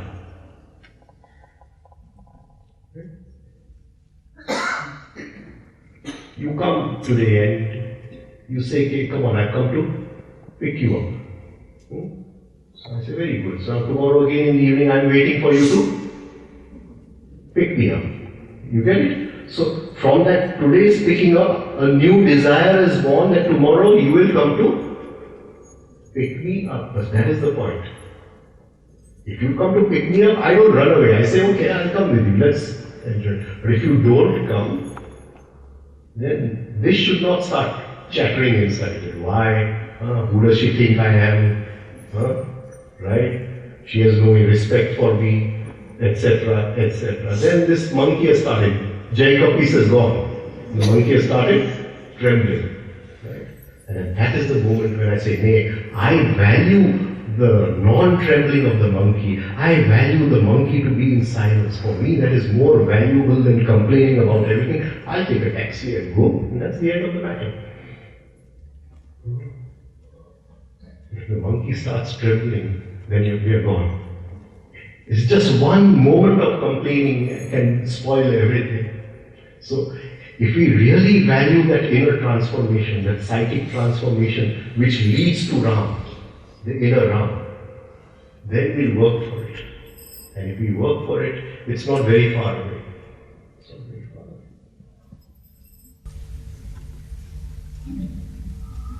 away. Guruji, just before we spoke about the 3 habits, you mentioned something about Charyas that had to die at the battlefield. Yeah. Could you just explain that a bit? See, when a child is born, all his sanskars are liquid. Then they form into habit, they become solid. It's like I take water and I put it in a tray and I put it in the freezer. After some time it becomes ice. But water is liquid, ice is solid. Just imagine that in normal circumstances I can't liquefy that ice again. Right? Now, how has the sanskar become eyes? How has it become a habit? Through the process of repetition. Through a process of repetition. This process of repetition is called acharan. Acharan. To come into my behavior, acharan. It becomes a part of my behavior, acharan. So drona is liquid. Liquid through a process of repetition becomes a habit. Now, he is the guru of both the Kauravas and the Pandavas. Now, I have a mass of habits inside. A mass of habits. Right? And I want to be free of those habits. So what do I do? What do I do? I have to make new habits. I have to create new habits. Right? So one of the habits I want to do is, I want to be free of the habit of laziness, because everybody is basically lazy inside. There is this basic, so I say I want to be free of this habit of laziness. So how do I break it? I say, okay, every morning I will get up at 4 o'clock and start my practices. Now this is a habit. Well, what is this habit? I've created this habit to break a habit which is binding me. This habit which I have created, the habit which is binding me is Kaurava. The habit which I have created to break that habit is called Pandava. You get it? And creating a new habit does not happen overnight. One day I'll get up, then 2 days I may not get up. Again I'll get up on the 4th day. Then again one day I may not get up. And slowly it comes to a place where I'm getting up nearly every day. This in-between period where I make good habits to fight the bad habits inside is called as Vanvas. It's called as Vanvas. Even Ram had to go into Vanvas. Actually, the Ramayana is so different from the Ramayana we know, because everything was planned beforehand. Everything. Kaikai was sent to the earth with a special purpose of doing this. One day I was sitting with Ram Dulare and he's asking me, do you know who's the real hero of the Ramayana? Of course, the Ramayana, what we had read as children, is Rajgopalachari's Ramayana. So, he's telling me Kaikai is the real heroine of the Ramayana. I said, sir, how is that possible? How is that possible? So, he's telling me, Ram was not yet ready to rule Ayodhya. He had to go through a process of hardship, a process of tapa, a process of burning, where he goes through that process and something crystallizes inside and then he's ready. And she sacrificed herself. She sacrificed her love for her husband. She sacrificed everything. Everybody would take her in a negative view after she said that thing. You sent Ram to the forest. She sacrificed everything for the good of Ayodhya. You get it? So that's a different way to look at it. And she was sent to earth with this purpose of doing this. Right? So today we take Kaikai as the villain. As the villain, but she's not the villain. She's not the villain. In all of us, that Ram is a seed. And when that Ram goes into Vanvas and he fights its battles, it slowly comes back to Ayodhya. And to send it into Vanvas, a Kaikai is needed. Till that Kaikai comes in our life, the sadhana does not start. And that Kaikai could be anybody. He could be the villain who criticizes me. Right? But from that pain, from that hurt, the sadhana starts. Okay.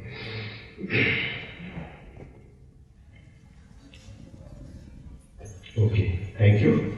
Jai Shri Krishna. Good night.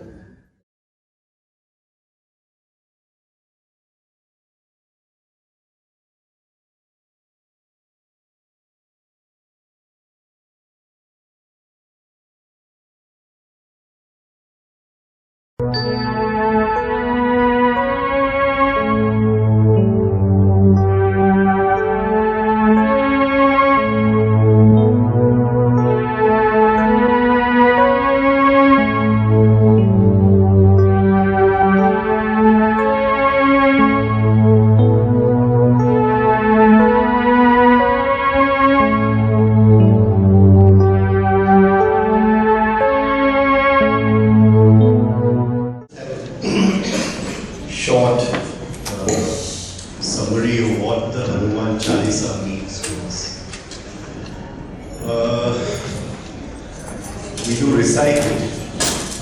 What would it mean every moment of our lives? How would we live this beautiful poem?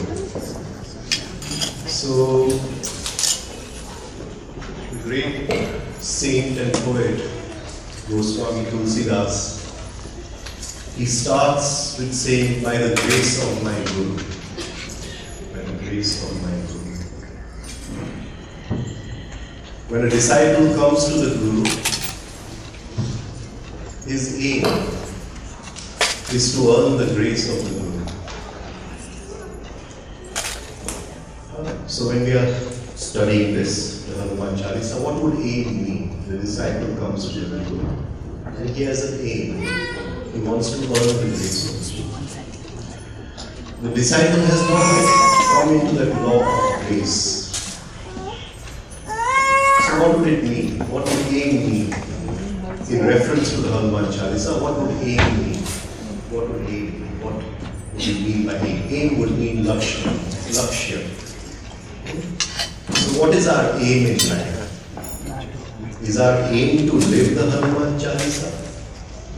Or still we have many other aims in life? We still got a lot of money to earn, a lot of other things to do.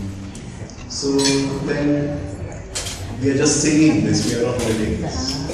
Right? So what is our aim? Is our aim Lakshman? Lakshman is our aim, Lakshya. And how do we go towards that aim? We go towards that aim by playing. The energy of playing is called Ram. When that supreme truth expresses itself as a game, as a play, as a leela, it is called Ram. Ramayate di Ramam. That which plays is Ram. So the disciple comes to the Guru and he says, I have a lakshya to earn your grace. And the Guru says, but playfully. In life, nothing is serious. We take life very seriously. Sadhana has no seriousness in it. There is no seriousness in sadhana. There is sincerity. There is a difference between seriousness and sincerity. In seriousness, we are carrying a baggage. We are not playing. We have to do this, we have to reach here, I have to be on time over here, and I have to finish so much work tomorrow, I've got to go over there. This is seriousness. In seriousness, we want to complete something, we want to achieve some goal, we want to complete something. In life, nothing completes itself. Everything goes on forever and ever. Nothing ever completes itself. So, the Guru tells the disciple that if you want to earn the grace, first start playing. So he starts doing this sadhana in the mood, in the attitude of playfulness. And this is Ram. Then it doesn't matter when our lakshya will come. We move towards our lakshya. We move towards our aim. And the aim is to wake up from the dream of life. The aim here he is saying that is to clear the mirror of my mind. Mukur, the mirror of my mind. And how do I clear the mirror of my mind? Through the grace of my Guru. Saroja Raja. From the grace of the Guru, I clear the mirror of my mind. And when the mirror of the mind is clear, he says it is a two-faced mirror. One side I see Ram and Sita, on the other side I see the world outside. A two-faced mirror.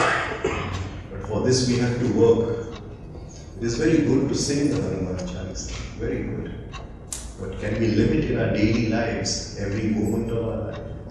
Can we play it with that energy of playfulness, the energy of sincerity, Ram? And when we play every moment going towards our goal, what we get in return is Sita. Sita means masti, Anand.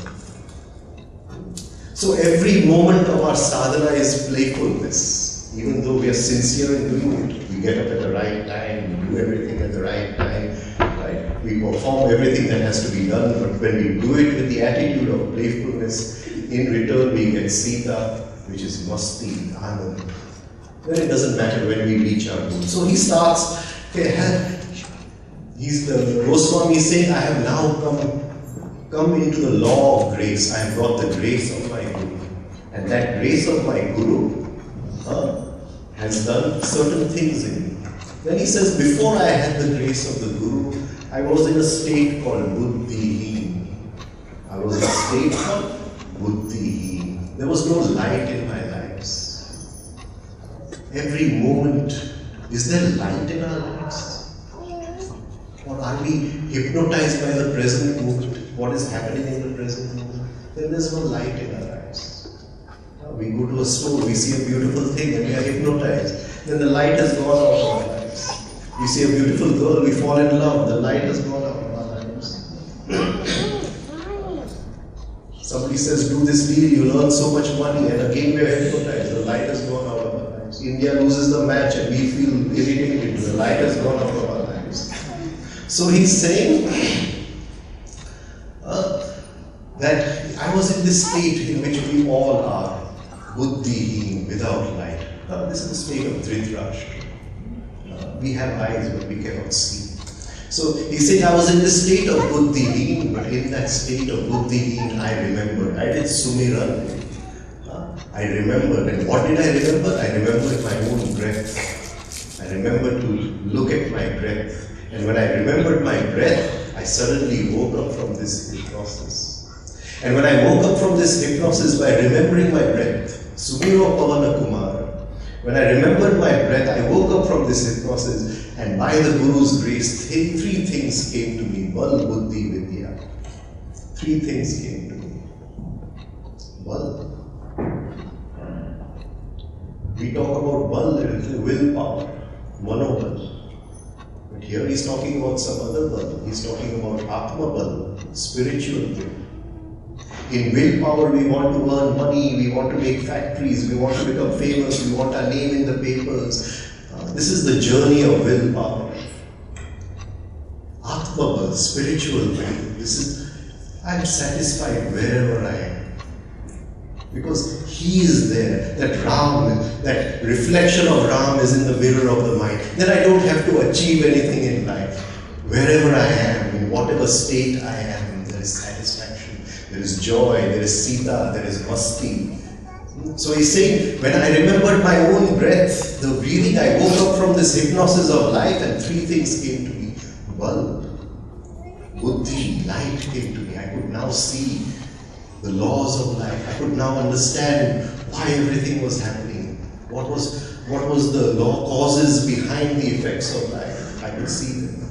Vidya and knowledge came to me. Vid means light, that which is born of light.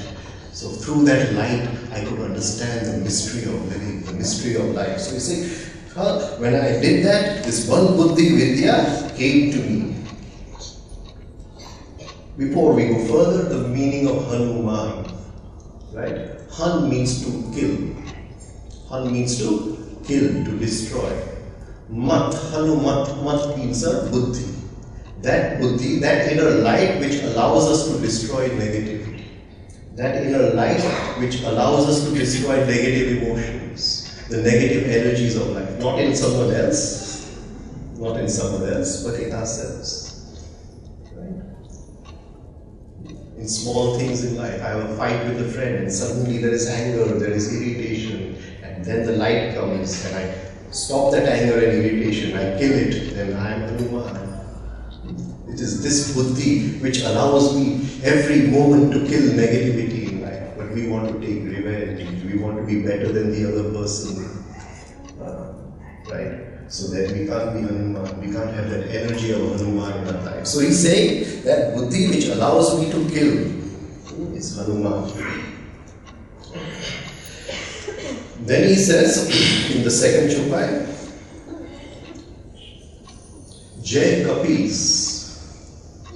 Jai Kapis. Kapis comes from the word kam, to tremble. And Jai means victory over trembling. The trembling of the prana. I'm worrying what is going to happen to my daughter. Will she get a good husband or will she not get a good husband? And after marriage, will she be happy or she will be not happy? And my prana is trembling. But he's saying Jai Kapis, the one who has victory over the trembling prana. And I'm worried what's going to happen in my business. And I'm a little late coming home, some problem on the way, little traffic. I'm worried what my wife is going to say when I go home. Prana is trembling. Every moment of our lives, the prana is trembling. We can't be free of this trembling prana.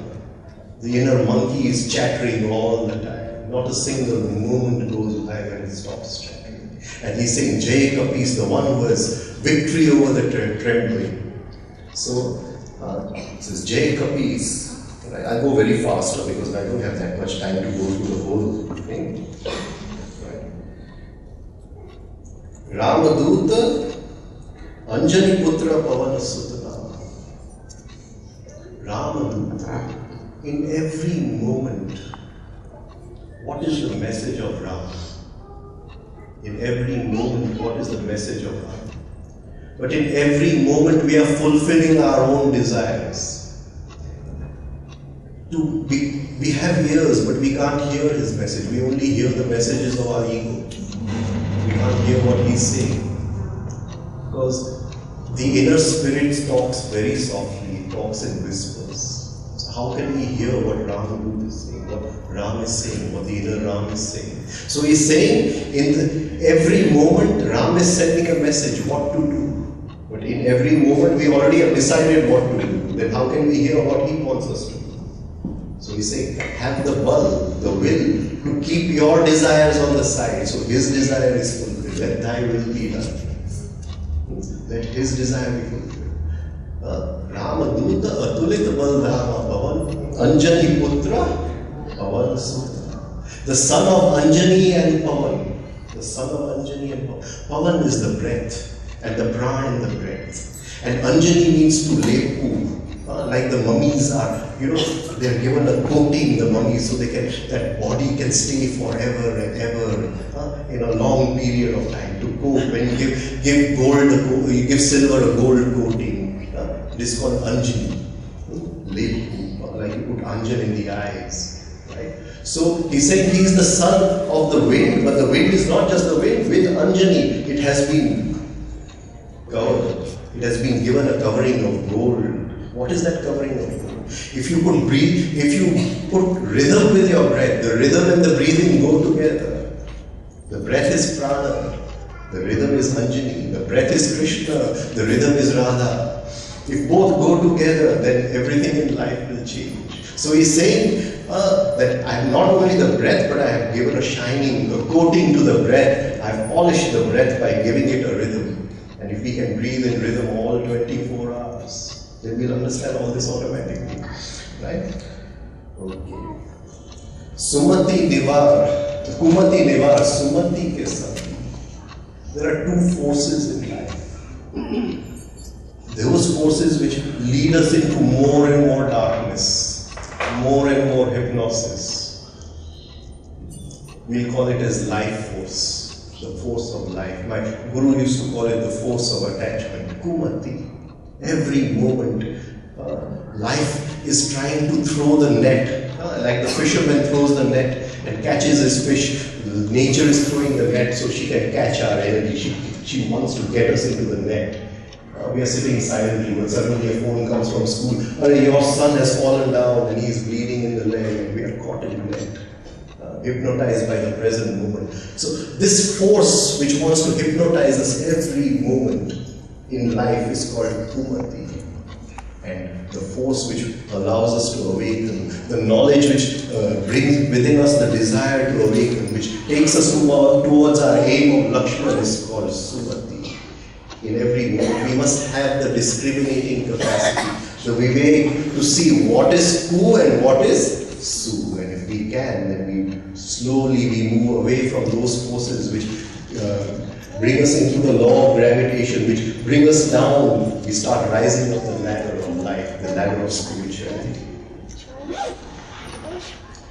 The body made of Kanchan, splendorous like Viraj, Kanana Kundal. We all wear earrings. But if somebody is talking over there and we say, what did he say about me? We are all victims of this law of sensitiveness. He said that about me, he can't say that about me. And if two people are talking in the corner, we are sure to say they're definitely talking about me. We are all victims of sensitiveness. But he's saying he's wearing earrings. His ears are not, can't be hypnotized by anyone.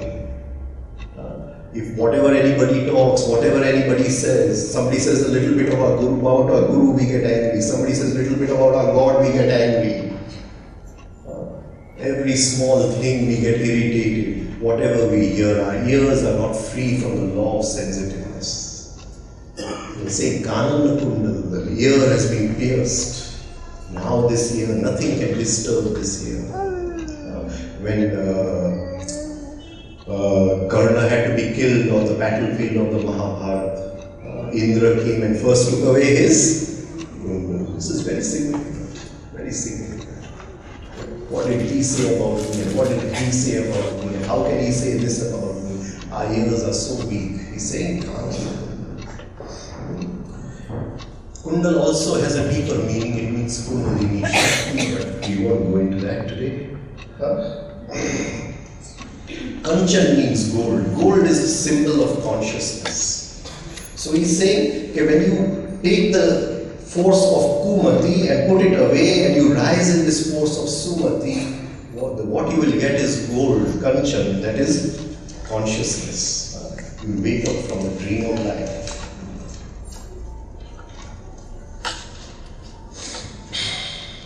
He's saying he has a Gada. Gada comes from the root Gada, Gadya, to speak. To speak, Gadya Padya, to speak. Gada. And his words are such.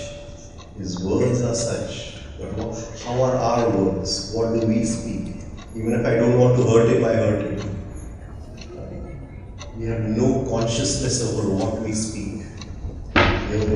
He speaks in total consciousness. Not a single word is unnecessary. Not a single word can hurt anybody. He is an Ansh of Shankar, Shiva.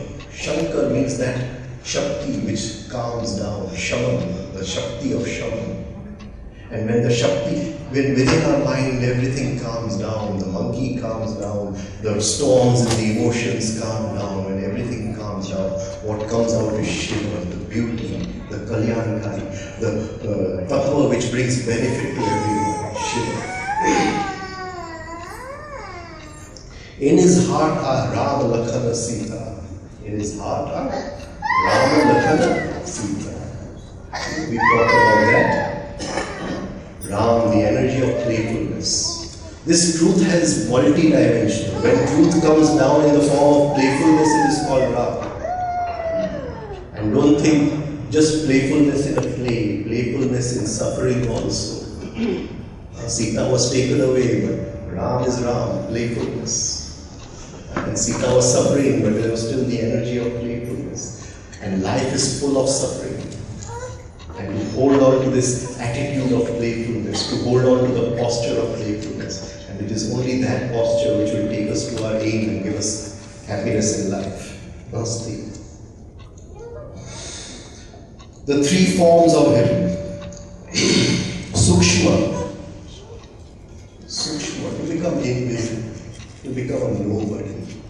And to become so invisible, and that brings masti, brings anand in life. Somebody asked Lao Tse, why do you always sit at the end of the meeting? So he said that I'm a small, what do you call it, piece of grass which grows in the soil. When the wind comes, I bow down to the wind. But you look at the mighty trees, when the wind comes, they uproots them. He's invisible. The art of invisibility. We are not invisible. If we have done 100 Hanuman Chalisas, we'll tell 100 people that I did it. This is not invisible. We'll advertise everywhere. This is what we did. So, but in spirituality, there is invisibility. So he said, Sukshma. Sukshma. Invisibility. Be invisible. Even the neighbor does not know what we are doing. We love to encash everything. We love to encash. Hey, today is my fast day, and 10 people know, hey, he's fasting. And I get up at 4 o'clock in the morning and I do this yoga and that yoga and God knows what yoga. So everybody knows about it. We love to encash it.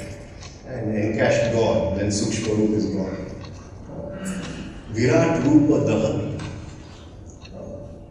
Life is full of fire, the fire which is born of suffering. And we must have a Virat Roop to take in all the opposites of life.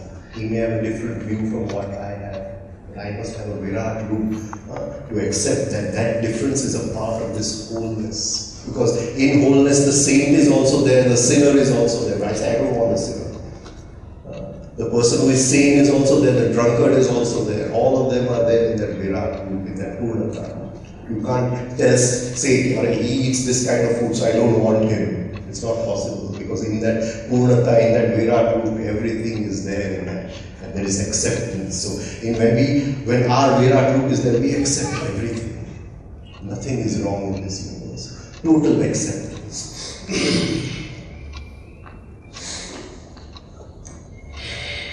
Bhima Rupa Asura Sahara.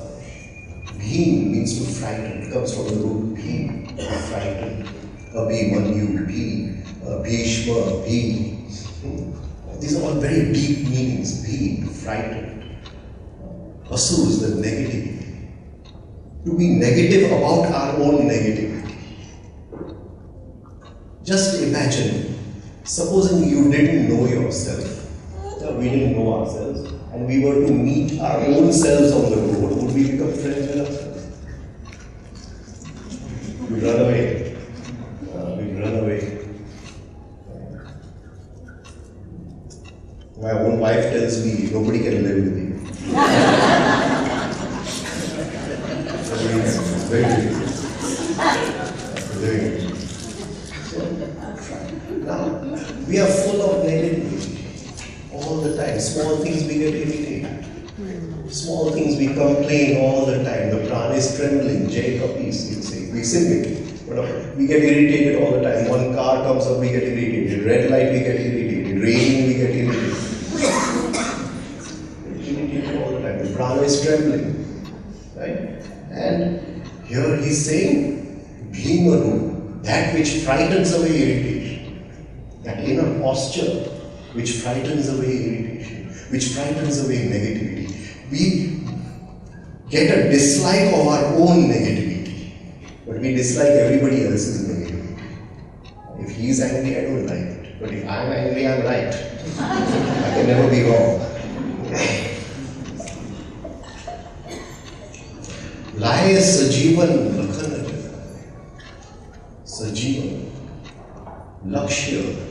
We keep forgetting our aim in life. Why we have come. What is the purpose of life? Lakshmana. What is the purpose of life? And every time we forget our aim, Lakshmana has gone to sleep. And Hanuman is that Shakti which comes and gives him Sanjeevani so he can wake up again. There was a great teacher in the West, his name was Gurdjieff. He used to tell his disciples, remember your aim always and everywhere. But we forget our aim. Our aim is to wake up from life. But in the morning we are going to do some practices to wake up, but a phone comes from office. This deal has to be done right now. Forget life. Let's run to the office. Hypnotized by life. So Lakshya has gone to sleep. And in small things our Lakshya goes to sleep. And we need Sajivan to wake him up again. He ate up the sun when he was a child. Sastra Juga? What is it?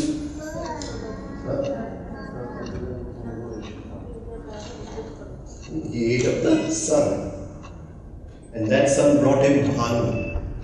That sun, when he ate up the sun, what did he get? Bhanu. Bhanu means Bhan. Consciousness. We eat the sun every moment. When we go to sleep. And he ate the sun, he woke up. Bhanu. He woke up. When we eat our food, what are we eating? We are eating the sun. The sun gives energy to the earth and the plants grow and we eat the plants. When we are eating the food, we are eating the sun. And when we are breathing, we are eating the sun. And when I am looking at you, the light of you is coming through my eyes inside. I am eating the sun. And when I look at you, I eat the sun, but I vomit it out straight away. I don't like it. Gone. out.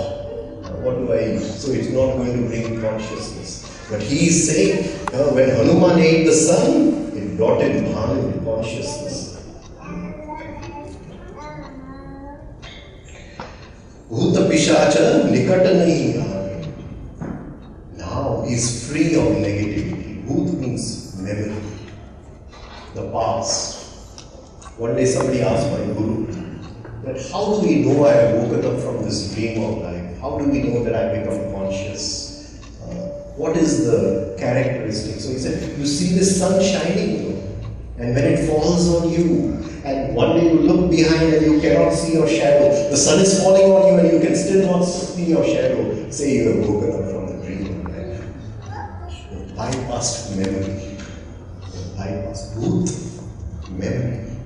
But for us, every second we are victims of memory. We are slaves of memory. Everything we do is from memory. Every single thing we do is from memory. Just last Friday I wrote an article. The difference between thinking and thinking from memory. All our thoughts are from memory. And we don't realize that memory is the greatest bandhan we have. So he's saying, now memory can't disturb him. He's bypassed the memory. Bhuta, Pisach, negativity. Negativity. Now anything negative which comes to him will automatically become positive. Right? Pisach, Charo Yoga Partapa Tumana. What is these yogas? What do they mean? What are these yogas? We live in horizontal time, the past, the present, the future. He lives in some other time. He's called Chiranjeevi. He can move through these 4 yogas. What does it mean? Every moment these 4 yogas are here. Right? I may put my papers down like this. Right? Then but if I put my papers down properly, then I've risen up a little. The land I've risen up a little. These 4 yogas are here. Kali is the yoga of quarreling. Put it like that. The yoga of quarreling. I'm quarreling with you, I'm quarreling with everyone. The yoga of strife, the yoga of quarreling. From Kali I go to Treta. I see the 3 forces in life. I see the 3 forces in life. I see that behind everything is the 3 forces. Treta. I'm going to office. I have an urgent meeting, but somebody stops me in the way. I say, okay, it is just a passive force. It is just double. I wanted to go to office, urgent, and this is the law of life. Life is created out of these 3 forces. Nothing to get upset about. So I have moved from the yoga of quarreling, the yoga of fighting, the yoga of struggle, to the yoga of Treta, the yoga of the 3 forces. Then I move up Dwapar, that which is not Treta and not Satya. Dwapar, not 2. Dwapar, which is not this, which is not that. I move up. And suddenly I see the opposites in life. I see that if I love somebody today, then tomorrow I may also hate her. And this love and hate go together. If I made profit today, tomorrow loss will also come. Because profit and loss go together. Suddenly I see the opposites in life. And then when I see the opposites, I say, who is seeing these opposites? Who is that person who is experiencing these opposites? Where is the light coming to understand these opposites? And I move into that. And I move into Sattva. All these yugas are here now, not something which happened in the past so many thousands of years. This very moment, if we wake up, we can climb the ladder of these yugas. So he is saying, he has climbed the ladder, he moves up and down in the 4. Charo Yoga Pratap. Pratap. Pra means to go forward. Tap means heat, suffering. I'll end over here. I think my time is up. But I'll just finish this one point. Every moment in life, some form of suffering comes. Every moment in life. I go outside over here, I've arranged my shoes properly before coming in here. But when I go outside, somebody has kicked one here and kicked there. Suffering. Now use that to move into the 4 yogas. Rise above it. Right? Use that tap. That tap is needed. This outside yagna is just a symbol for the inner yagna. keep on doing yagnas outside, but inside we keep on getting irritated. We waste the tap. We waste the heat.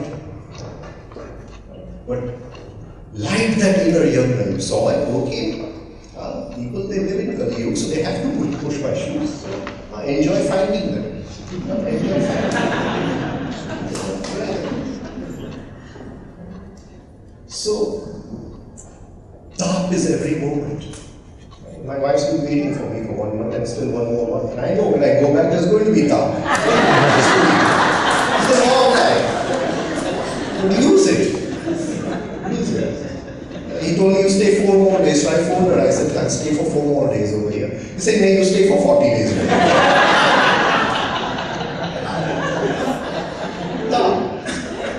So, life is full of suffering, but what do we do with that suffering? We waste it.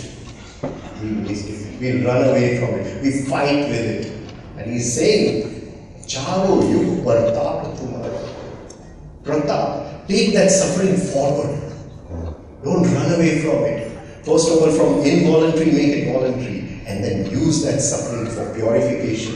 And when the inner impurities are burnt in this fire of life, this yagna of life, which is moment to moment, not a yagna we light at the temple, to light at the temple, come. But moment to moment, when we light this inner yagna, which comes from the suffering of life, we slowly rise from these 4 yogas. And we are free of this horizontal time in which we live. Anyway, I'll stop here. I think I've said too much. Giver of the 8 cities and all. We'll do it next time. But I just wanted to say that it's beautiful to say a poem, recite a poem. Remember some laws. In spirituality, some laws change. It is not how much we do, it is how we do.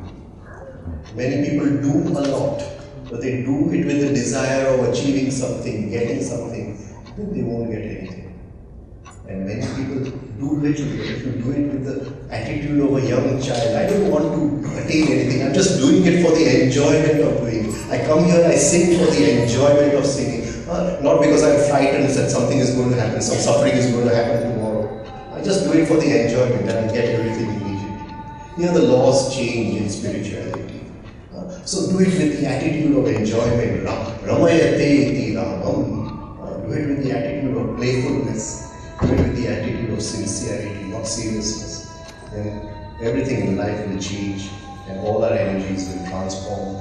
In our very own mirror of the mind, one side will be life, the ever-changing life, the beauty of life, and on the other side will be the reflection of Ram and Sita. Thank you. I thank everyone for this